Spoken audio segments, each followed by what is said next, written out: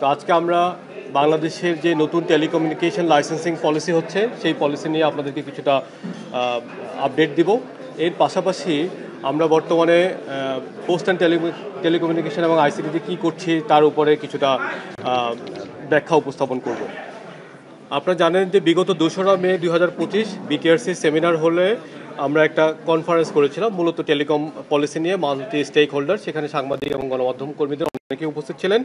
তো সেদিন আমাদের ইন্টারনেটকে বিশ্বের অন্যতম নিকৃষ্ট বলে একটা মতামত দিই।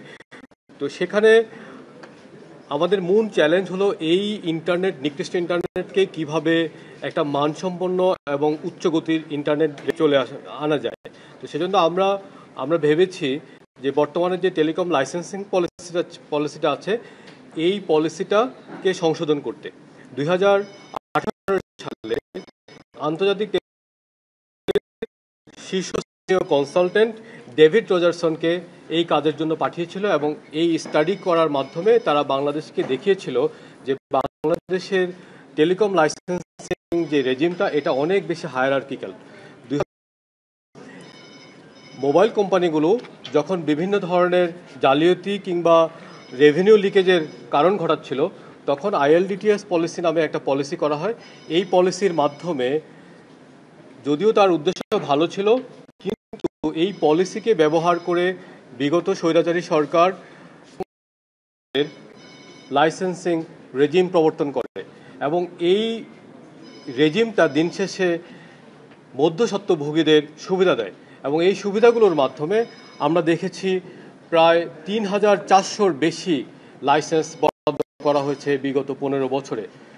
আমরা চাচ্ছি এই স্বত্বভোগী যারা ভ্যালুয়েট করছে না, যারা সামান্য কয়েক কোটি টাকা বিনিয়োগ করে কয়েকশো কোটি টাকা হাতিয়ে নিচ্ছে, যাদের আন্তর্জাতিক মানসম্পন্ন কোনো লাইসেন্সিং স্বীকৃতি নাই, আমরা চাচ্ছি পুরো লাইসেন্সিং ব্যবস্থা থেকে সেই মধ্যস্বত্বভোগী যারা টোল কালেক্টর হিসেবে কাজ করছে এবং আমরা দেখি থেকে 10 কোটি এবং সর্বোচ্চ 50 কোটি টাকা বিনিয়োগ করে 400 কোটি টাকার বেশি হাতিয়ে নেওয়া হয়েছে এবং সেই বছরে হাতিয়ে নেওয়া হচ্ছে এবং সেই অর্থ সরকারকে দেওয়া হচ্ছে। অর্থাৎ যেখানে 95% অর্থ সরকারকে রেভিনিউ হিসাবে দেওয়ার কথা ছিল সেখানে মাত্র 50% দিয়ে বলছে যে তারা সরকারকে অনেক রেভিনিউ দিচ্ছে, নতুন লাইসেন্সিং পলিসিতে এই টাকা গচ্ছা যাবে। কিন্তু আমরা সুস্পষ্টভাবে বলতে চাই, আপনাদেরকে মাধ্যমে বাংলাদেশের মানুষকে আশ্বস্ত করতে চাই, নতুন টেলিকম পলিসি আন্তর্জাতিক মান এবং আন্তর্জাতিক টেলিযোগাযোগ সংস্থা এবং জিএসএমএ সহ বিভিন্ন আন্তর্জাতিক অ্যাসোসিয়েশনের প্রস্তাবনা মতে যেই প্রস্তাবনা করা হয়েছিল যেখানে লাইসেন্সিংয়ের স্তরগুলোকে কমানো হবে, যেখানে লাইসেন্সিংগুলোকে ক্ষমতায়ন করা হবে এবং একই সাথে পাশাপাশি দুইটা লাইসেন্সের মধ্যে একটা সমন্বিত ইন্টারঅপারেবিলিটি করা হবে, সে মতেই আমরা কাজ করছি। এই জন্য আমরা বিটিআরসির মাধ্যমে প্রায় 4টা স্টেজ কনসালটেশন করেছি, স্টেক হোল্ডারদের সাথে আলাদা আলাদাভাবে কনসালটেশন। এই মুহূর্তে আমরা ইন্টারমিনিস্ট্রিয়াল কনসালটেশন করছি এবং এই ইন্টারমিনিস্ট্রিয়াল কনসালটেশন শেষ হলে আমরা এটা লেজিসলেটিভ ভেটিংয়ের মাধ্যমে ভেটিংয়ে পাঠাবো এবং পরবর্তীতে সেটা ক্যাবিনেটে ওঠানোর চেষ্টা করা হবে।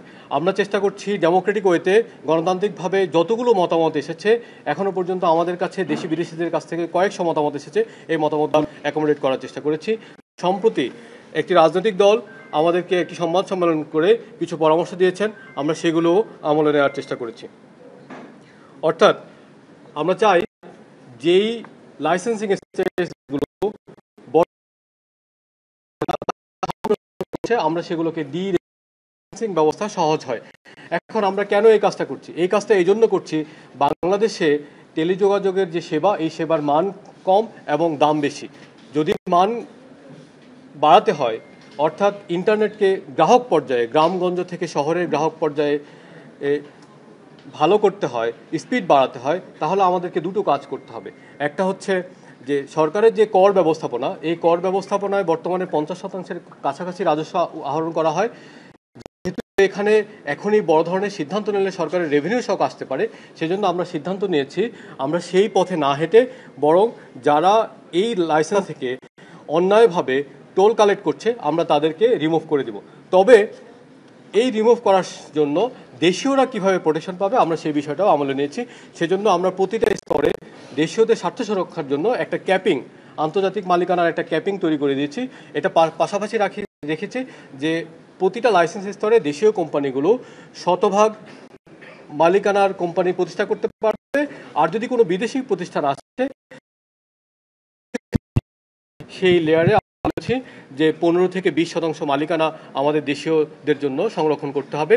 আর মাঝখানের যে ইনফ্রাস্ট্রাকচার লেয়ার সেখানে আমরা 50 থেকে 60% বা আলোচনা সাপেক্ষে তার কিছুটা বেশি আমরা বিদেশিদেরকে সর্বোচ্চ বিনিয়োগ হিসাবে দিব, যেহেতু এখানে অনেক বেশি বিনিয়োগের প্রয়োজন হয়। সেখানে আমরা 20% আমাদের স্বার্থ সংরক্ষণ করতে যাচ্ছি। আর আন্তর্জাতিক যে স্তর আছে সেই স্তরে আমরা বলেছি যেহেতু সেখানে বর্ধিত বিনিয়োগের প্রয়োজন নেই, সেখানে আমরা মালিকানা দেশীয় ব্যবসায়ীদের অনুকূলে রাখার জন্য সেখানে দেশীয়দের 51% বিনিয়োগ সুরক্ষার কথা বলেছি। তো সব কিছু মিলে আমরা বলেছি নতুন পলিসিতে যে যারা তাদের বর্তমান লাইসেন্সের মেয়াদ শেষ হয়ে যাবে তারা যদি আগেই চলে আসে তাহলে তার যেই বছরগুলো সেটা নতুন লাইসেন্সের মেয়াদের সাথে আমরা সংযুক্ত করে দিব। এবং তারা যদি নতুন লাইসেন্সে আসতে চায় তাহলে অগ্রাধিকার ভিত্তিতে তাদেরকে নতুন লাইসেন্স রেজিমে বিবেচনা করা হবে। তবে যেই লাইসেন্সগুলো যেমন ICX লাইসেন্স পৃথিবীর কোথাও নেই, IGW লাইসেন্স পৃথিবীর কোথাও নেই, নেক্সট IIGর মতো লাইসেন্স ব্যবস্থাগুলো পত্রিকান্তরে জেনেছেন এই ধরনের লাইসেন্সের মাধ্যমে সর্বমোট 8,000 কোটি টাকা টেলিকম ইন্ডাস্ট্রি থেকে তুলে নেওয়া হয়েছে। আমরা যারা স্বৈরাচারের আমলে রাজনৈতিক বিবেচনায় যারা এই লাইসেন্স ব্যবস্থা অক্ষত রেখে যারা নতুন বিনিয়োগকারীদেরকে টেলিকম লাইসেন্স ব্যবস্থায় আসতে দিতে চায় না এবং একই সাথে যারা বর্তমান সিন্ডিকেট করে রেখেছে আমরা তাদেরকে নতুন লাইসেন্স ব্যবস্থা কিভাবে মাইগ্রেশন হতে পারে কর্মসংস্থানগুলোকে, সেজন্য আমরা বলেছি দুটো বিষয় করতে হবে। প্রথমত লাইসেন্সের লাইফ টাইম শেষ হলে তাদেরকে নতুন লাইসেন্সিং ব্যবস্থায় নতুনভাবে যারা আসবে আমরা তাদেরকে অগ্রাধিকার ভিত্তিতে বিবেচনা করব। প্রিয় সহকর্মীবৃন্দ, বলা হচ্ছে যে এই লাইসেন্সিং ব্যবস্থা উঠিয়ে দিলে সরকারের 400 কোটি টাকা ক্ষতি হবে ইত্যাদি ইত্যাদি। আমরা আপনাদের মাধ্যমে বাংলাদেশের মানুষকে আশ্বস্ত করতে চাই যে টেলিকম যেহেতু একটা ডিজিটাল খাত, উৎস এবং গন্তব্যে আমরা যদি সঠিক মনিটরিং ব্যবস্থা প্রবর্তন করি, যেটা বিটিআরসির বর্তমানে যে সক্ষমতা আছে, তাহলে এখান থেকে কোনো ধরনের বড় একটা অপারেটর থেকে অন্য অপারেটরে যাওয়ার জন্য যে 5 পয়সা নেওয়া হয় আমরা এই 5 পয়সা বিটিআর জন্য বর্ধিত রাজস্ব হিসাবে আমরা আনতে পারবো। এতে করে সরকারের রাজস্ব কমবে না বরং বাড়বে। এবং সেই অর্থ থেকে যদি বিটিআরসি চায় তাহলে ইনসেন্টিভ দিয়ে এটা গ্রাহকের যে দাম কমানোর ক্ষেত্রে ভূমিকা রাখবে। এর বাইরে আপনারা দেখেছেন বাংলাদেশে বিভিন্ন দেশ থেকে অবৈধভাবে ইন্টারনেট ব্যান্ডউইথ কিনে আনা হচ্ছে এবং অবৈধভাবে বেচা বিক্রি করা হচ্ছে। আমরা একটা পলিসি করেছি যে ব্যান্ডউইথ ক্রয় বিক্রয়ের ক্ষেত্রে সরকারি যে সাবমেরিন কেবল তার মাধ্যমে ন্যূনতম 50% ব্যান্ডউইথ কিনতে হবে, কারণ আমরা একচেটিয়াভাবে ভারত নির্ভর হয়ে যাচ্ছিলাম। বাংলাদেশের প্রায় মোট ইন্টারনেটের প্রায় 70% ভারত নির্ভর হয়ে, সেজন্য এই পলিসির সুফল আমরা পেয়েছি। আমরা যখন দায়িত্ব নিয়েছি তখন বাংলাদেশের সাবমেরিন কেবল কোম্পানির সিমি 4 এবং 5-এর মাধ্যমে সর্বোচ্চ 2.7 টেরাবাইট আসছিল। আজকে আমরা যখন আপনাদের সাথে কথা বলছি এই ক্যাপাসিটি 2.7 টেরাবাইটে 3.7 টেরাবাইটে উন্নীত হয়েছে এবং সম্প্রতি স্টারলিংক আরও 200 গিগ ইন্টারনেট কিনেছে, এর মাধ্যমে প্রায় 3.9 টেরাবাইটে উন্নীত হবে। এবং এতে আমাদের বিদেশি যে রেভিনিউ লিকেজ এই লিকেজটা বন্ধ হচ্ছে। একইভাবে এই কনসোর্টিয়ামের মাধ্যমে প্রতিটি আন্তর্জাতিক কল আদান প্রদানের 10% কেটে নেওয়া হচ্ছিল এবং এই 10%-এর মাধ্যমে 900 থেকে 1100 কোটি টাকা হাতিয়ে হয়েছে এবং এই টাকার 90% বেক্সিমকোর অ্যাকাউন্টে গিয়েছে মেনটেন্যান্স এবং আপগ্রেডেশনের নাম করে। অথচ ওই খাতে কোনো ধরনের কোনো মেনটেন্যান্স আপগ্রেডেশন হয়নি এবং এই ধরনের লাইসেন্স বিশ্বের কোথাও নেই।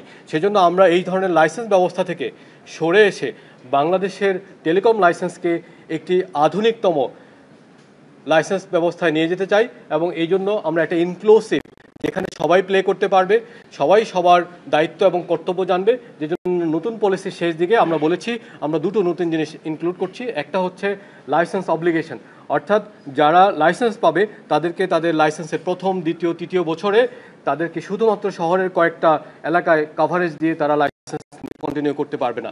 তাদেরকে বৈষম্যহীনভাবে গ্রামে এবং শহরে যেতে হবে, পাহাড়ে এবং সমতলে আসতে হবে, উপকূলে এবং মধ্যাঞ্চলে আসতে হবে। এবং যারা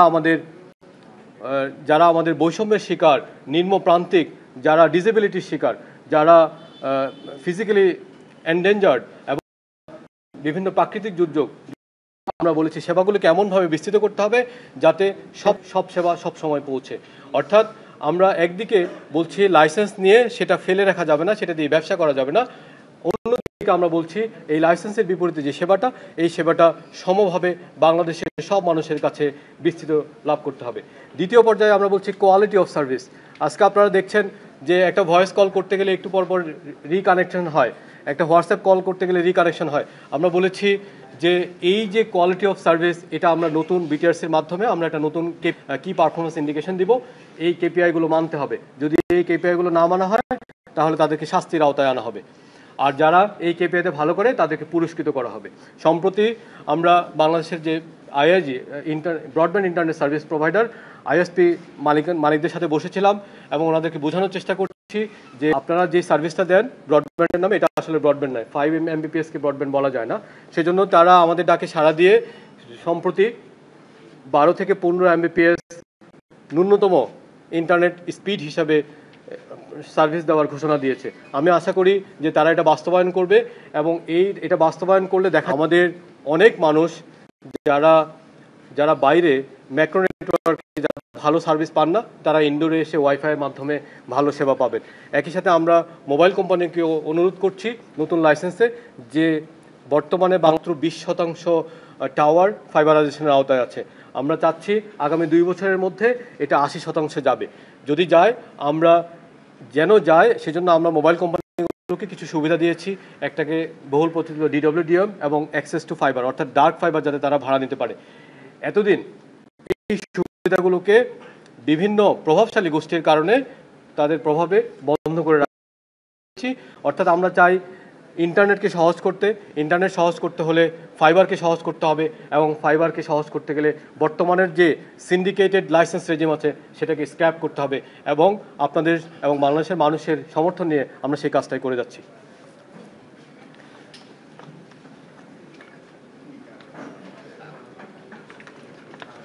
সম্প্রতি বিটিসিএল নিয়ে একটা আলোচনা এসেছে, আমি সেটা অ্যাড্রেস করতে চাই। আপনারা জানেন যে বাংলাদেশের যে ইন্টারনেট বর্তমান যে ফুটপ্রিন্ট, এটা রিয়েল ইন্টারনেট ফুটপ্রিন্ট হচ্ছে 0.5 টেরাবাইট। এখন আমরা যখন ইন্টারনেট বলি, আসলে আমরা যা দেখি ফেসবুকে বা মোবাইলে, এটার একটা সামান্য, বাকিটা আসলে ক্যাশ। বিটিসিএল যখন তার নেটওয়ার্ক সম্প্রসারণের জন্য দায়িত্ব নেয় তখন তারা বলেছিল 2030 সালের আশেপাশে বা এই ক্যাপাসিটিটা 26 টেরাবাইট হবে। কিন্তু সেই স্পেসিফিকেশনে ক্যাশ ইন্টারনেট এবং রিডান্ডেন্সি এই দুটো জিনিস মিস করা হয়েছিল। বুয়েট একটা স্টাডি করেছে, এই স্টাডি করে দেখিয়েছে 2030 সালের পরে বা যখন সেটা করা হয়েছিল 2016-17 সালে যে স্টাডিটা করা হয়েছিল, তখন থেকে 10 বা 12 বছর পরে এটা লাগবে 100 টেরাবাইটের বেশি। আমরা যদি আজকের হিসাব দেখি তাহলে আমরা দেখতে পাচ্ছি এই মুহূর্তে বাংলাদেশের ইন্টারনেট ফুটপ্রিন্টটা হলো ক্যাশ এবং টোটাল ইন্টারনেট মিলে আনুমানিক 35 থেকে 36 টেরাবাইট। বৈশ্বিক ইন্টারনেটের যে সিএজিআর আছে, অ্যানুয়াল গ্রোথ রেট আছে, বৈশ্বিক রেট হচ্ছে 28%। আর ডেভেলপিং কান্ট্রিগুলো যেখানে ডিজিটাল কানেকশন এবং ডিজিটাল সার্ভিস এখনো পৌঁছেনি, সেখানে এই স্তরটা অনেক বেশি। সেটা হচ্ছে আফ্রিকান দেশগুলোতে প্রায় 34% এবং বাংলাদেশের মতো দেশগুলোতে 45%। এখন আমরা যদি এই 35 টেরাবাইটের উপরে 30 থেকে 45% একটা হিসাব যোগ করি, তাহলে এই প্রবৃদ্ধি আজ থেকে 12 বছর পরে দাঁড়ায় প্রায় 250 টেরাবাইট। যদি একটা দেশে 40% বা তার আশেপাশের হারে ইন্টারনেট প্রবৃদ্ধি না হয়, তাহলে বুঝতে হবে সেই দেশের ডিজিটাল ইনফ্রাস্ট্রাকচারের সমস্যা আছে। আমরা এই জন্য বলছি যে বিটিসিএল যেই ফাইবার নেটওয়ার্ক বর্ধিতকরণের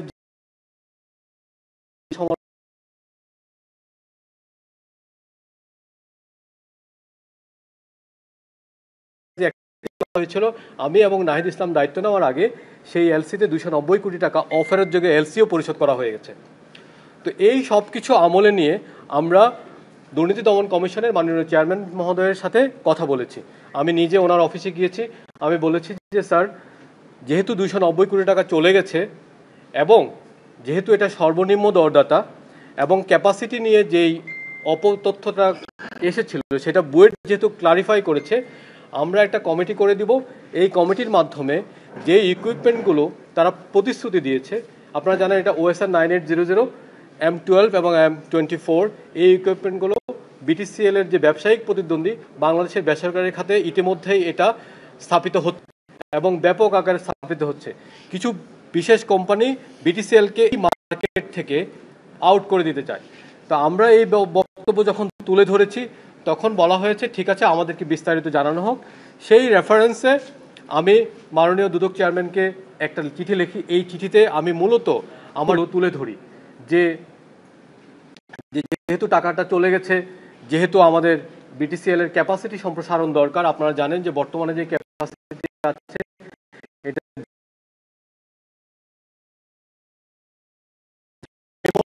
BTCL যদি এই নেটওয়ার্কটা আপগ্রেড না করে তাহলে খুব দ্রুতই সে মার্কেট আউট হয়ে যেতে পারে।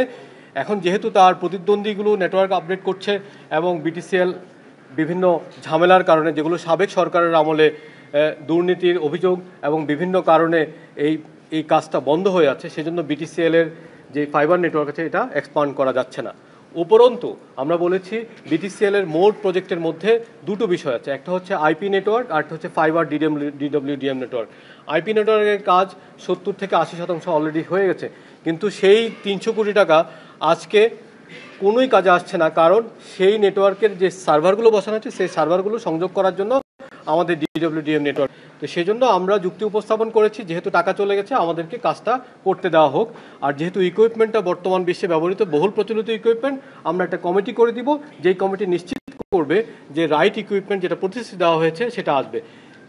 এটাকে অপব্যাখ্যা করে আমাকে ব্যক্তিগতভাবে আমার মিনিস্ট্রিকে এবং আমাদের সরকারকে চরিত্র হননের একটা চেষ্টা আপনারা, আমি নিন্দা জানাই এবং আমি সুস্পষ্টভাবে বলতে চাই, আমি মন্ত্রণালয়ের বর্তমান দায়িত্বপ্রাপ্ত আমরা যারা আছি তারা কোনো ধরনের কোনো দুর্নীতিতে জড়িত নই এবং এখানে যত ধরনের কাজ হয়েছে প্রত্যেকটা কাজ কিছু চিঠি আদান প্রদান ব্যক্ত করেছি এবং মতামত ব্যক্ত করে চিঠির শেষ লাইনে মাননীয় দুদক চেয়ারম্যানের আন্তরিক সহযোগিতা প্রত্যাশা করেছি। এর বাইরে আমরা কোনো নির্দেশ দেইনি। আর উল্লেখ্য যে এখানে এই প্রজেক্টের বিপরীতে দুদকের পর্যবেক্ষণ ছাড়া কোনো ধরনের কোনো মামলা নেই। তো সুতরাং যে বিষয়টা করা হচ্ছে, আমরা বলছি যদি এই কাজটা না করা হয় এবং এই এলসিটা না করা হয় তাহলে দুটো ঘটনা ঘটবে। 300 + 300 600 কোটি টাকার গচ্ছা যাবে এবং একই সাথে BTCL তার যে DWDM বাজারে, এই বাজারে দুর্বল হয়ে এখান থেকে মার্কেট আউট হয়ে যাওয়ার একটা সম্ভাবনা আছে। তো সব মিলে আমরা বলতে চাই ICT-তে আমরা যে কাজগুলো করছি আপনারা জানেন যে সেখানে আমরা প্রায় 2500 কোটি টাকার অন্যায্য প্রকল্প বাদ দিয়েছি। আপনারা খেয়াল করে থাকবেন নতুন বাজেটে আমরা কোনো ধরনের ICT থেকে কোনো নতুন প্রকল্প তুলি নাই। এই জন্য তুলে নাই, একনেক মিটিংয়ে NEC-র মিটিংয়ে আমি স্যারকে বলেছি যে স্যার যেহেতু এখানে অনেক দুর্নীতি হয়েছে, 20টার মতো প্রজেক্ট ICT-তে আছে, 6টার মতো প্রজেক্ট পোস্ট এবং টেলিকমে আছে, আমি চাই এই প্রকল্পগুলোকে অপটিমাইজ করতে, অর্থাৎ এখানেকে একটা শৃঙ্খলা নিয়ে আসতে। এটা যখন শেষ হবে আমরা নতুন প্রজেক্ট তুলব, সেটা দক্ষতা ট্রেনিং এবং দক্ষতা কেন্দ্রিক বিষয় হতে পারে। তবে আমরা আমাদের মন্ত্রণালয়ের সবাই মিলে আমরা চাচ্ছি বিদ্যমান যে স্পেসিফিকেশনগুলো আছে সেখানে আমরা অনেক ভুল পেয়েছি।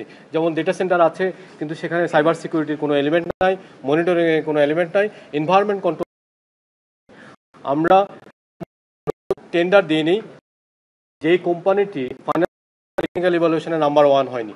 অর্থাৎ আমরা সর্বক্ষেত্রে কমপ্লায়েন্স আনার চেষ্টা করছি এবং যেহেতু আমরা এই কাজগুলো করছি সেজন্য যারা এতদিন দুর্নীতি করেছে তাদের স্বার্থে আঘাত হানছে।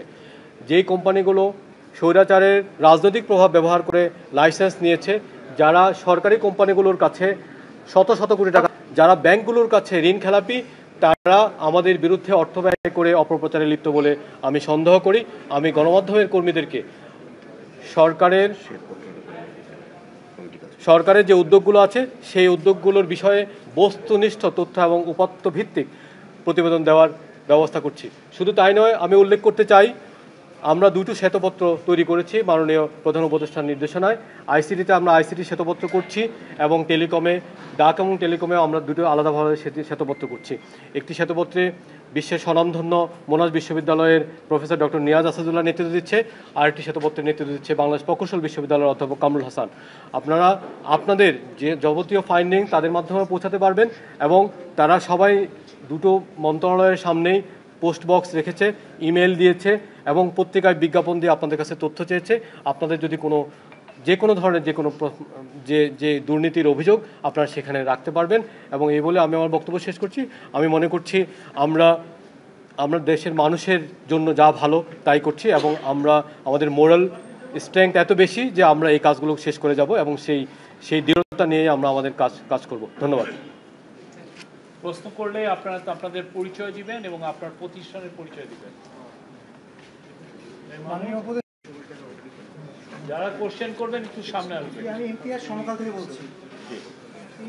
বারবার বলতেছে এই নতুন পলিসিটা কার্যকর হয় তাহলে তারা ব্যবসা হারাবে, দেশীয় নিয়োগ বাধাগ্রস্ত হবে। এটা সম্পূর্ণ একটা অপব্যাখ্যা। আমাদের লাইসেন্স রেজিম শেষ হয়ে যাবে, কারো লাইসেন্স কেড়ে নেওয়া হবে না। প্রত্যেককে একটা নির্দিষ্ট সময় 10 বা 15 বছরের মেয়াদে লাইসেন্স দেওয়া হয়েছে। সে তার লাইসেন্স চলাকালীন মেয়াদকালীন সময়ে তাদেরকে লাইসেন্স কেড়ে নেওয়া হবে না, তাদেরকে কোনো ধরনের কোনো প্রভাব করা হবে না। যেটা হবে এটা হচ্ছে যে যেহেতু এই লাইসেন্সগুলো আন্তর্জাতিক স্তরে আন্তর্জাতিক স্বীকৃতি নেই, নতুন লাইসেন্স ব্যবস্থায় আমরা এই লাইসেন্সগুলো কন্টিনিউ করব না। তখন তাদেরকে নতুন বিনিয়োগের মাধ্যমে নতুন লাইসেন্স কিনে নতুনভাবে ব্যবসা করতে হবে। এবং আমরা সেজন্য বলেছি যে যারা নতুনভাবে আবেদন করবে আমরা তাদেরকে অগ্রাধিকার দিব, এটা স্পষ্টভাবে নতুন পলিসিতে বলা আছে। এর বাইরে আইসিএক্স আইআইজিডব্লিউগুলোর যারা আছে, যাদের 2027 সালের দিকে মেয়াদ শেষ হবে, তারা চাইলে আউটসোর্সিং হিসাবে এক্সিস্টিং লাইসেন্সের সাথে কাজ করার সুযোগ আছে। সুতরাং এটা সম্পূর্ণ অপব্যাখ্যা যে দেশীয়দের ব্যবসা বন্ধ করা হচ্ছে। দেশীয়দের কোনো ব্যবসা বন্ধ করা হচ্ছে না। এই দেশীয়দের নাম করে একদল স্বৈরাচারের মাফিয়া ব্যবসায়ী যারা সিন্ডিকেট তৈরি করছিল, যারা এই সিন্ডিকেট ভাঙতে চায় না এবং যারা এই সিন্ডিকেট ভেঙে নতুনদেরকে এই ব্যবসা টেলিকম ব্যবসায় আসতে দিতে চায় না, তারা এই ধরনের অপতথ্য ছড়াচ্ছে বলে আমি মনে করি।